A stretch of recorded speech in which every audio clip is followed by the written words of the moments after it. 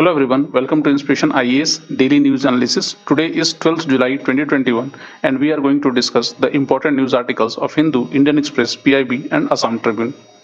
Please note that you can download this lecture PDF from our website www.inspirationias.org, as well as you can also download daily MCQ and Vishleshan from our website by clicking this link below. Alternatively, you can follow our social media page like Facebook, Instagram and Telegram channel for other study materials and notes. Inspiration IAS has started its online foundation batches for UPSC as well as other state PCS examinations. So if you are preparing for UPSC or other state PCS, then you can enroll in our online come offline foundation batches, where you will be getting the highly interactive classes of India's top UPSC educators. And this program has a unique features in which you have options to shift it from the online to offline format. So whenever the situations permits, you can even shift your online classes to the offline batches. For more information, you can call in this given number, or you can also register in our website. Inspiration IAS has started its online mock test series for UPSC and other state PCS examinations. So if you are preparing for this year prelims examinations 2021, then you can enroll in our mock test series. This mock test series will be available both in online as well as offline format. So for more information, you can call in this given number, or even you can register in our website www.inspirationias.org. So let's start our today's daily news analysis. सो आज का हमारा पहला news है Naga peace talk से related. Recently Nagaland की जो government है, उन्होंने नागा पॉलिटिकल ग्रुप्स और एक्सट्रीमिस्ट ग्रुप को ये अपील किया है to cooperate in establishing unity, reconciliation and peace process in the region. मतलब कि जितने भी एक्सट्रीमिस्ट ग्रुप हैं, उनको नागालैंड गवर्नमेंट ने कहा है कि आप इस जो यूनिटी और रिकंसिलिएशन के लिए और जो पीस प्रोसेस के लिए जो काम चल रहा है उसमें आप सपोर्ट करिए, और आप जो इस तरह की एक्टिविटीज जो कर रहे हैं या कहीं ना कहीं एग्रेशंस वगैरह जो हो रही है उसको आप लोग बंद करें। Peace process between the central government and two sets of Naga extremist group has been delaying for more than 23 years. तो बेसिकली पीस प्रोसेस में ये दो सिर्फ ऐसे ग्रुप हैं जिनको थोड़ी दिक्कत है पीस प्रोसेस में, और गवर्नमेंट ऑफ इंडिया या सेंट्रल गवर्नमेंट और नागा एक्सट्रीमिस्ट ग्रुप में ये करीब 23 साल से ये डिले चल रहा है, और इन कहीं ना कहीं इन दोनों के बीच में पीस प्रोसेस नहीं हुआ है। तो आखिर ये कौन से दो एक्सट्रीमिस्ट ग्रुप है जिसके बीच में पीस प्रोसेस अभी बाकी है और कैसे हो सकता है, थोड़ा समझते हैं। देखिए, नागा पीस अकॉर्ड या नागा कॉन्फ्लिक्ट को समझने के लिए एक बहुत हमें थोड़ी हिस्ट्री समझनी पड़ेगी, आखिर है क्या। देखिए, अगर बैकग्राउंड बोला जाए तो ये है मास्टर फिजो, इनको अंगामी जापू फिजो बोलते हैं, और बेसिकली अगर नासा की जो इंसर्जेंसी है उनके ये इनको फादर कहा जा सकता है। अगर देखा जाए तो थोड़ी हिस्ट्री में, तो 1881 में Naga hills become part of British India in 1881। 1881 में नागा हिल्स जो था वो ब्रिटिश इंडिया का पार्ट बना, and the effort to bring scattered Naga tribes together resulted in the formation of a Naga club in 1918। 1918 में नागा क्लब बनाया गया, और एक बार क्या हुआ कि ये Naga club arose a sense of Naga nationalism. तो यही हुआ, क्लब के अंदर में ही उन लोगों ने उनके अंदर में एक नागा नेशनलिज्म फैल गया या जागरूक हुआ, और ये जो क्लब था वो चेंज होके बन गया नागा नेशनल काउंसिल इन 1946। मतलब इंडिया के आजादी के थोड़ा पहले ये 1946 में ये कहीं ना कहीं नागा नेशनल काउंसिल बना। अब मसला ये था कि under the leadership of Angami Zapu Phizo, the NNC means Naga national council declare Nagaland as an independent state in 14 August 1947। जब लगभग 15 अगस्त 1947 को इंडिया आजाद हुआ था, उससे एक दिन पहले ही मतलब इन्होंने इसको एक इंडिपेंडेंट स्टेट घोषित कर दिया था, and conducted a referendum in May 1951 to claim that 99.9% of the Naga supported a sovereign Nagaland. मतलब उनका मानना यह था कि सोवरेन नागालैंड चाहते हैं। अब ये था कि Nagaland achieved statehood in December 1963 and Nagaland was formed out of the Naga hills district of Assam and then north east frontier agency. तो उसमें जो नेफा था, जो अरुणाचल प्रदेश अभी उसको बोलते हैं, वहां और कुछ नागा स्टेट जो नागा हिल्स वगैरह थे जो असम के जो अंदर में पड़ते थे, उनको मिला के एक नागालैंड बनाया गया। तो इनको नागालैंड हालांकि बना लिया था 1955 में, बट लगभग 1963 में इस नागालैंड को एक स्टेटहुड दिया गया। उसके बाद क्या हुआ कि in 1975 under the Shillong accord some factions of NNC and NFG Naga federal government agree to give up arms. उनके एनएनसी के कुछ फैक्शन थे, कुछ लोग थे, और एनएफजी नागा फेडरल गवर्नमेंट के जो कुछ लोग थे उन्होंने आर्म्स छोड़ दिया और मेन स्ट्रीमलाइन में चले आए और पीस प्रोसेस में आ गए। बट प्रॉब्लम ये थी 140 members led by Thwingaling Muiwa who was at that time in China refused to accept the Shillong Accord। उन्होंने शिलोंग अकॉर्ड मानने से मना कर दिया and form Naga socialist council of Nagaland, जिसको NSCN बोला जाता है इन 1980 में उसको उन्होंने क्या बनाया, NSCN। अब इन 1988 में NSCN स्प्लिट हो गया दो पार्ट में, एक बना नागा NSCN IM एंड इसक मुइवा एंड NSCN के Khaplang after a violent clash. तो वायलेंट क्लैश के बाद ये दोनों दो स्प्लिट हो गए और NSCN IM और NSCN के दो ग्रुप बने। While the NSC began to fade away, Fizo died in London in 1991। जो मेन मतलब जो जिन्होंने स्टार्ट किया था ये मूवमेंट, वो उनकी डेथ हो गई थी 1991 में लंदन में। And then the NSCN IM came to be seen as the mother of all insurgency in this region। तो NSCN IM जो है बेसिकली वो आज नागालैंड में जितने भी इंसर्जेंसी हो रही है उसके पीछे ये लोग ये फैक्शंस रिस्पॉन्सिबल है। तो गवर्नमेंट इन दोनों से ही बात करने की कोशिश कर रही है ये नागा पीस अकॉर्ड के लिए। होप आपको ये सारा हिस्ट्री समझ में आया होगा। आगे बढ़ते हैं। देखिए नागालैंड का या नागा पीपल्स का डिमांड क्या है। स्टेटहुड तो मिल गया, स्टेटहुड दे दिया गया, पर उनको प्रॉब्लम क्या है। बेसिकली उनके की डिमांड कुछ कॉमन यूनिक है, जैसे कि द की demand of Naga groups has been a greater Nagalim. वो एक ग्रेटर नागालिम या जिसको हम लोग सोवरेन स्टेटहुड बोलते हैं, वो ये अचीव करना चाहते हैं। तो उनका मतलब ये है कि वो ग्रेटर नागालैंड बनाना चाहते हैं by redrawing of boundaries to bring all Naga inhabited area in the north east under one administrative umbrella. मतलब नॉर्थ ईस्ट के अंडर में जहां जहां नागा इनहेबिटेड है उन सारे रीजन्स को ग्रेट नागालैंड के अंदर में वो बनाना चाहते हैं। और ये सिर्फ इंडिया का पार्ट, इंडिया ही से नहीं बल्कि म्यांमार से भी वो कुछ रीजन्स है जो उसको इंक्लूड करना चाहते हैं। तो it include various parts of Arunachal Pradesh, Manipur, Assam and Myanmar as well. And the demand also include separate Naga Yehzabo, जिसको हम लोग कॉन्स्टिट्यूशन बोलते हैं, एंड नागा नेशनल फ्लैग। तो ये नागा नेशनल फ्लैग और कॉन्स्टिट्यूशन भी बनाना चाहते हैं। तो ये कुछ इनके यूनिक डिमांड्स हैं। Next, peace process. ऐसा नहीं है कि गवर्नमेंट ने पीस इनिशिएटिव नहीं किया, गवर्नमेंट ने बहुत सारे ऐसे पीस इनिशिएटिव किए थे और सबसे पहला जो पीस इनिशिएटिव था वो शिलोंग अकॉर्ड था। ये बेसिकली अगर देखा जाए तो it was a peace accord was signed in Shillong in which the NNC leadership agree to give up arms. However, several leaders refused to accept the agreement, which led to the split of NNC। तो इस क्योंकि Shillong accord सारे लोगों ने accept नहीं किया था, उसके बाद ही क्या हुआ, NNC में स्प्लिट हो गई थी। नेक्स्ट, सीज फायर एग्रीमेंट 1997 में हुआ था। तो NSCN IM signed a cease fire agreement with the government to stop all attacks on Indian arm forces. NSCN IM ने कहा कि हम सारे अटैक्स रोकते हैं इंडियन आर्म फोर्सेस में, और इन रिटर्न जो गवर्नमेंट भी जो काउंटर इंसर्जेंसी ऑपरेशन चला रही है वो भी बंद कर दे। फिर तीसरा जो फ्रेमवर्क एग्रीमेंट आया 2015 में, इस एग्रीमेंट के तहत in this agreement the government of India recognise the unique history culture and position of the Nagas and their sentiments and aspirations. तो ये गवर्नमेंट ने माना। And recently the state government decided to prepare the register of indigenous inhabitants of Nagaland, but later due to pressure from various faction the decision was put on hold. क्योंकि बहुत सारे faction pressure कर रहे थे state government के ऊपर में, तो ये जो जिस तरह का जो रजिस्टर था इंडिजिनस इनहेबिटेंट्स का, उसको रोक दिया गया। तो अभी तक तो ये मसला है। इशू क्या था, इन 2015 agreement apparently made the peace process inclusive, but it created suspicion about the central government exploiting divisions with in the Nagas on tribal and Jio political lines. उनके अंदर में या नागा पीपल्स के अंदर में ये कंफ्यूजन था कि कहीं गवर्नमेंट इसको एक्सप्लॉइट तो नहीं करना चाहती है। 2015 में जो नागा के जो ये जो इंडिजिनस रजिस्टर की बात जो चल रही है। दूसरा, the issue of integration of contiguous Naga inhabited area of Manipur, Assam and Arunachal Pradesh in the view of demand for territorial unification of greater Nagaland will trigger violent clashes in the different affected states. तो इसके चलते हुआ क्या कि फिर से वो चीजें चालू हो गई। और the issue of integration of contiguous Naga inhabited area of Manipur, Assam and Arunachal Pradesh in view of demand for territorial unification of greater Nagaland will trigger violent clash in the different affected states.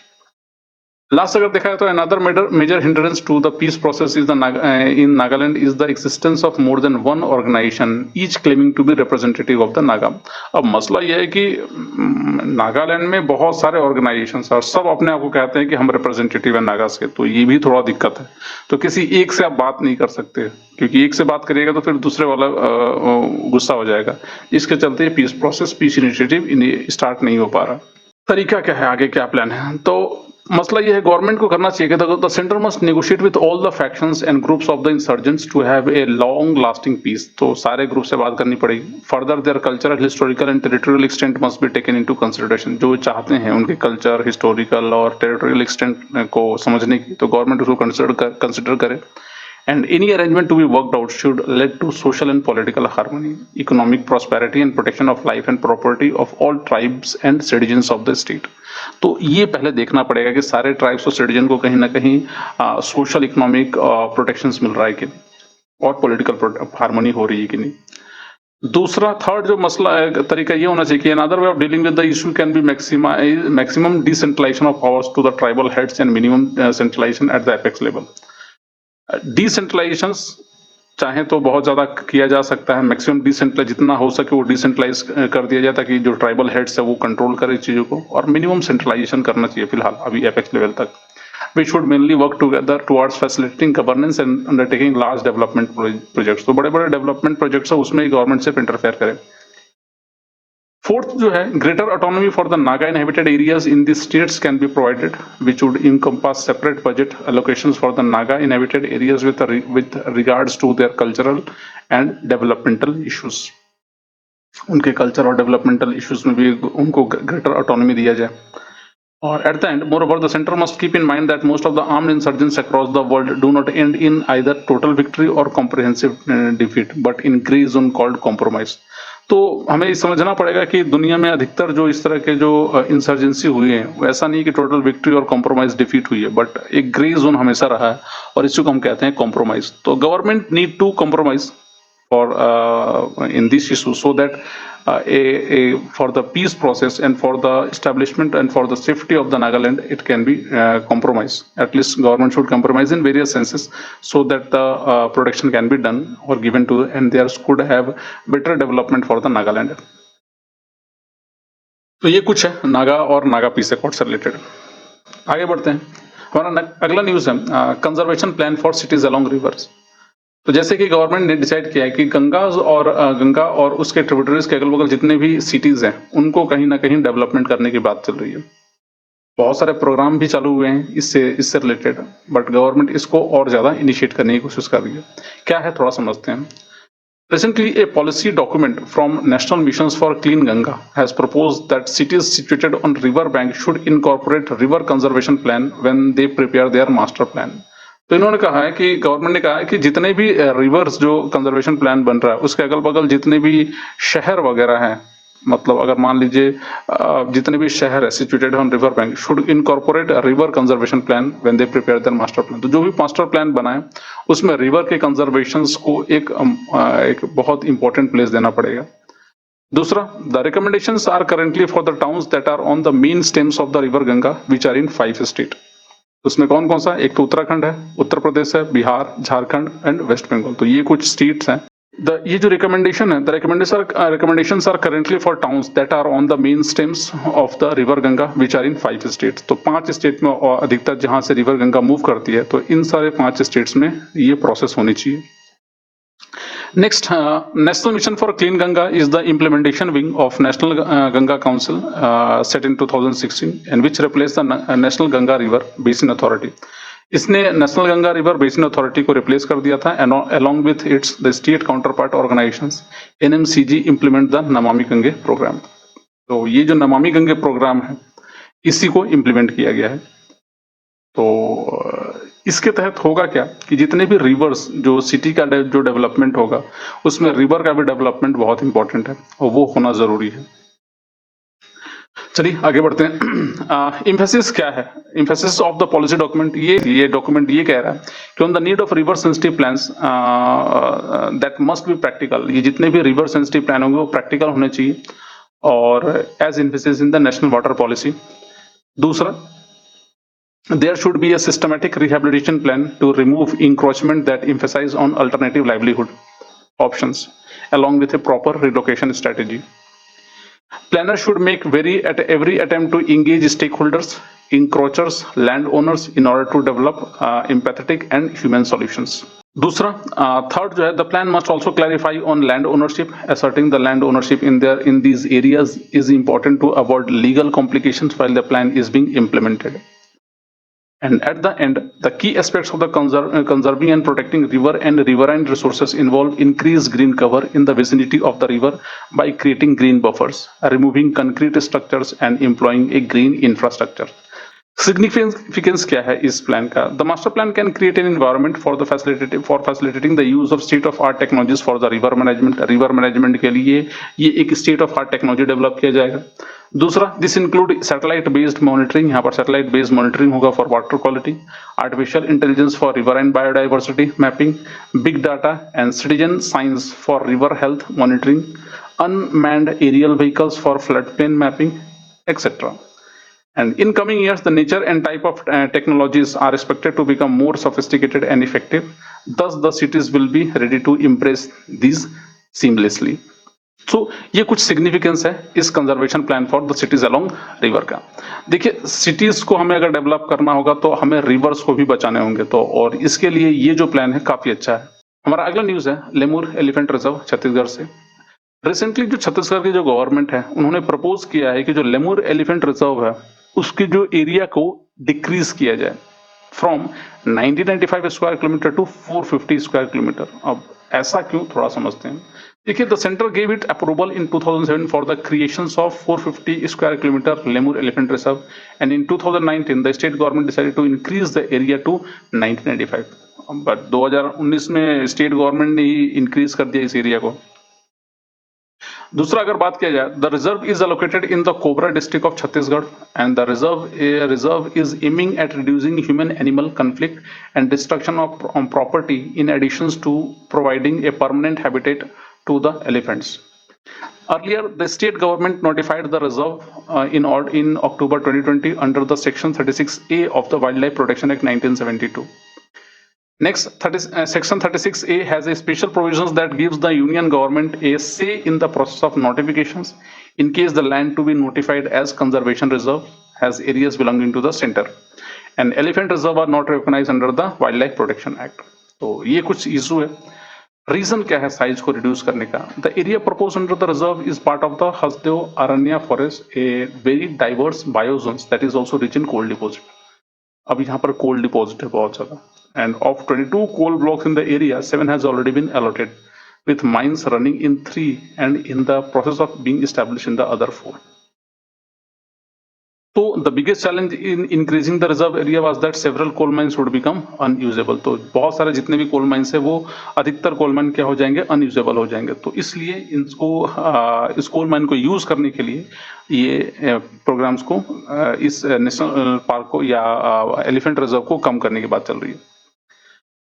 Significance क्या है इस रिजर्व का? तो अगर समझा जाए तो north Chhattisgarh alone is home to over 240 elephants and more than 150 elephants have died in state over the last 20 years, including 16 between June and October 2020.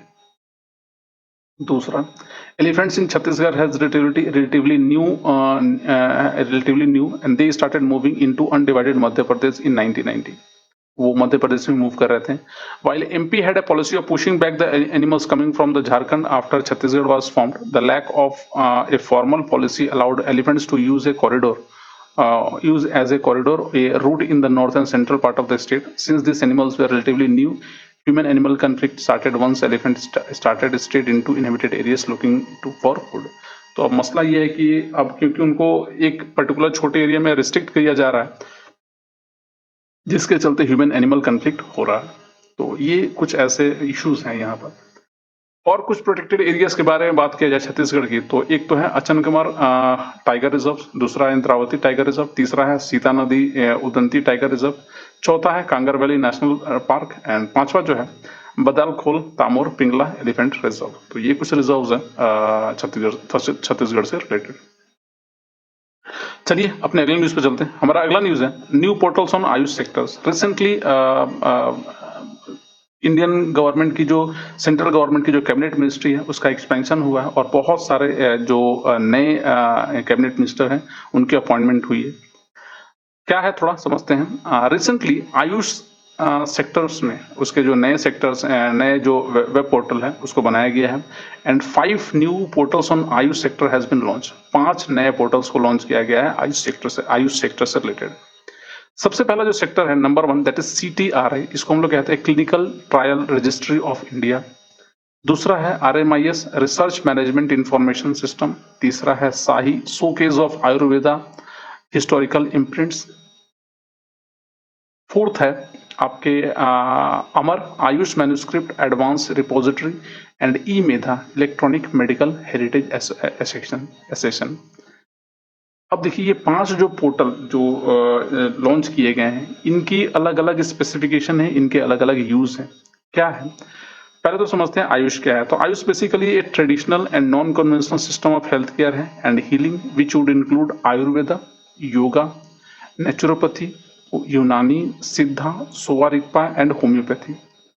तो हालांकि नाम है AYUSH, जबकि इसमें है कितने 6, जैसे कि एक तो Ayurveda, yoga, naturopathy, Unani, Siddha, Sowa Rigpa and homeopathy. तो ये थोड़ा आप ध्यान रखिएगा, सिर्फ उतने ही नहीं है, सिर्फ 5 ही नहीं है, 1 2 3 4 5 6 7। तो 7 ट्रीटमेंट है हमारे जो नॉन कन्वेंशनल जो ट्रीटमेंट है या ट्रेडिशनल उनको कह सकते हैं। आगे समझा जाए इन सारे पोर्टल्स के बारे में। तो पहला जो पोर्टल है clinical trial registry of India CTRI। It is a primary registry of clinical trials under the World Health Organization. International clinical trial registry platform है and creation of Ayurveda data set in CTRI facilitates the usage of Ayurveda terminologies to record clinical study based on Ayurveda intervention। तो basically ये एक तरह का आपका registry system होगा जहां पर डिफरेंट क्लिनिकल स्टडीज को यहाँ पर रिकॉर्ड किया जाएगा। बहुत डिफरेंट टर्मिनोलॉजीज को यहाँ पर टर्मिनोलॉजीज जो आयुर्वेदा में यूज होता है उसको रिकॉर्ड यहाँ किया जाएगा। दूसरा है इसके अंदर में clinical study is research that studies need test and treatment and evaluates their effects on human health outcomes. तो इसके अंदर में जो भी ट्रायल होंगे उसके जो रिपोर्ट या रिजल्ट्स होंगे उसको भी इसके अंदर में इंक्लूड किया जाएगा। नेक्स्ट जो है research management information system RMIS। It will be one stop solution for research and development in Ayurveda based studies. तीसरा शाही जो है it is showcase of Ayurveda historical imprints and it showcases inscriptions, archaeological botanical information, sculptures, classical text and advance archaeogenetic studies. तो ये अधिकतर जितने भी जो हमारे जो पुराने जो स्टडीज हैं स्कल्पचर्स हैं आयुर्वेदा से या उससे रिलेटेड उसको यहाँ पर शोकेस किया जाएगा and it will B of tremendous use in understanding of Indian knowledge system with a focus on indigenous health care practices. तो जितने भी आयुर्वेदा से रिलेटेड जितने भी प्रोसेस हैं, जितने भी स्कल्पचर्स हैं या इंफॉर्मेशन है उसको यहाँ पर रिकॉर्ड किया जाएगा शाही के थ्रू। नेक्स्ट जो समझा जाए आयुर्वेदा मैन्युस्क्रिप्ट एडवांस रिपोजिटरी या अमर जिसको बोलते हैं। It has digitised information on rare and hard to find manuscripts and catalogues of Ayurveda, yoga, Unani, Siddha, Sowa Rigpa in libraries और in individual collection across India और in other parts of the world. तो ये सारे जो इंफॉर्मेशन है आयुर्वेदा उससे रिलेटेड उसको उसकी एक रिपोजिटरी बनाई जाएगी, एक डिजिटाइज्ड फॉर्मेट में उसको प्रिपेयर किया जाएगा। नेक्स्ट जो है E Medha that is electronic medical heritage extension, online public access catalogue for more than 12,000 Indian medical heritage book through NIC's E Granthalaya platforms. तो ई ग्रंथालय प्लेटफॉर्म से भी कुछ डाटा या बुक्स वगैरह को यहाँ पर इंक्लूड किया जाएगा। ई ग्रंथालय अगर समझा जाए तो ये एक तरह का digital platform developed by NIC है for government libraries for automations of in house activities such activities as well as member services and network for resource sharing. तो जितने भी resource sharing, notes, data, books वगैरह की sharing यहाँ से की जा सकती है ई ग्रंथालय। तो ये कुछ सेगमेंट है या जो ये जो पोर्टल है आयुष से रिलेटेड, ये कुछ आयुष के अंदर में नए पोर्टल्स बनाए गए हैं। चलिए अपने अगली न्यूज पे चलते हैं। हमारा अगला न्यूज है एक्यूट एंसेफेलाइटिस सिंड्रोम्स। रिसेंटली जो जल जीवन मिशन है has provided tap water supplies to more than 97 lakh households in 5 Japanese encephalitis, acute encephalitis symptoms affected area में। तो उस एरिया में ये कहीं ना कहीं ये प्रोवाइड किया जा रहा है टैप वाटर, और आपको मालूम होगा कि जापानीज इंसेफेलाइटिस कहीं ना कहीं वाटर से ही ये डिजीज जनरेट होती है या फैलता है, और टैप वाटर प्रोवाइड करना एक बहुत ही अच्छा तरीका होगा एक्यूट इंसेफेलाइटिस सिम्टम्स को कम करने का। तो कुछ 5 state with priority districts are Assam, Bihar, Tamil Nadu, Uttar Pradesh and West Bengal. तो ये कुछ डिस्ट्रिक्ट हैं जो यहाँ पर एक्यूट इंसेफेलाइटिस से ग्रस्त हैं। Jal Jeevan Mission envisages supply of 55 liters of water per person per day to every rural household through functional household tap connections by 2024. The Jal Shakti Ministry is the nodal ministry for the implementations of the scheme. तो जल शक्ति जो ministry है वो एक nodal ministry है इस scheme के तहत। आगे अगर कहा जाए तो acute encephalitis syndromes AES about है। एईएस को अगर समझा जाए तो acute encephalitis syndrome is a severe case of encephalitis transmitted by mosquito and is characterised by high fever and inflammations of the brain. तो ब्रेन की ये फीवर होती है, ब्रेन फीवर इसको बोला जाता है। The World Health Organization in 2006 coined the term acute encephalitis syndromes to signify a group of disease which seems similar to one another but are difficult to differentiate in chaotic environment of an outbreak. तो कभी कभी क्या होता है कि जो बुखार को ही, एक्यूट इंसेफेलाइटिस को आमतौर पर लोग कॉमन बुखार ही समझ लेते हैं, जबकि ये अलग है, और इसको वर्ल्ड हेल्थ ऑर्गेनाइजेशन ने लगभग 2006 में इसको कॉइन किया था। पॉपुलेशन जो वनरेबल है इस एईएस से, तो the disease most commonly affected childrens and young adults होते हैं and can lead to considerable morbidity and mortality. Causative agents इसके obvious बात है, viruses are the main causative agents in AES cases, although some other sources such as bacteria, fungi, parasites, spirochetes, chemical toxins and non-infectious agents have also been reported over the past few decades and it is not vaccine preventable.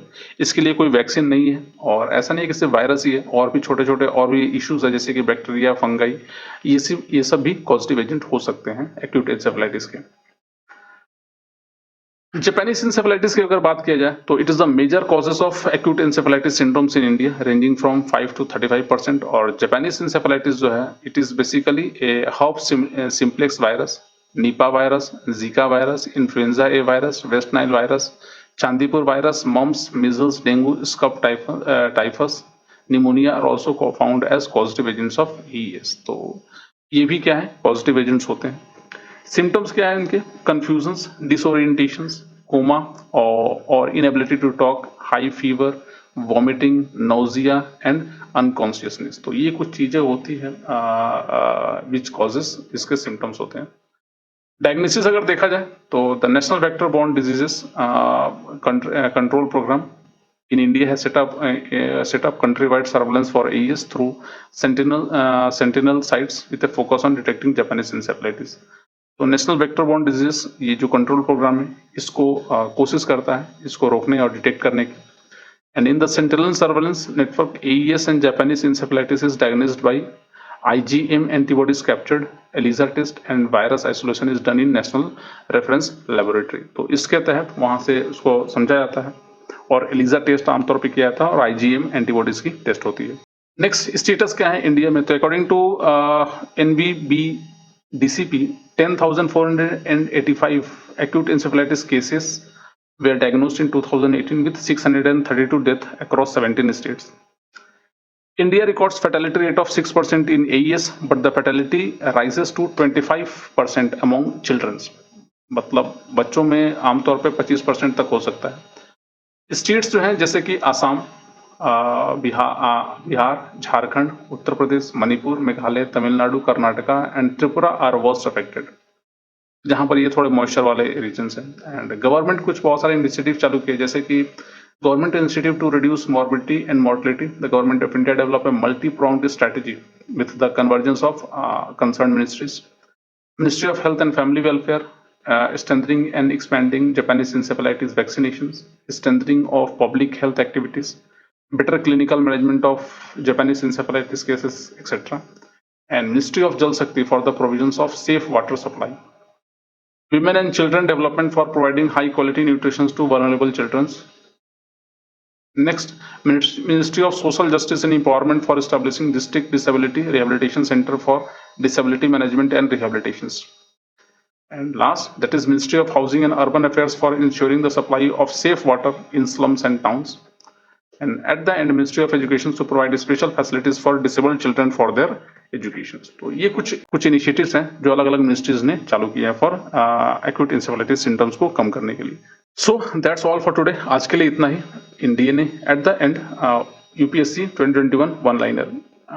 Recently Indian industrial land bank एक portal बनाया गया था और ये एक तरह का portal service है, one stop solutions for the free and easy accessibility for all industrial informations including availability of raw materials, agriculture, horticulture, minerals.